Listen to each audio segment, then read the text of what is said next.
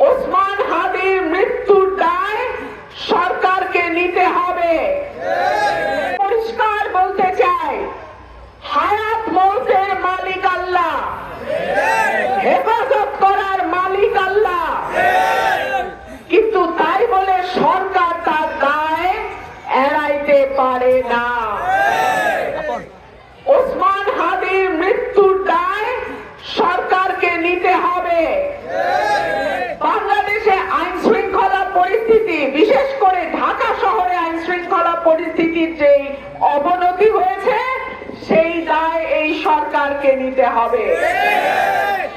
এবং আমি সরকারকে আহ্বান জানাবো, জাতীয় নির্বাচনের আগে কার কার বাড়িতে অবৈধ অস্ত্র আছে, কার কার হেফাজতে অবৈধ অস্ত্র আছে, সেইগুলো আপনারা খুঁজে বের করেন।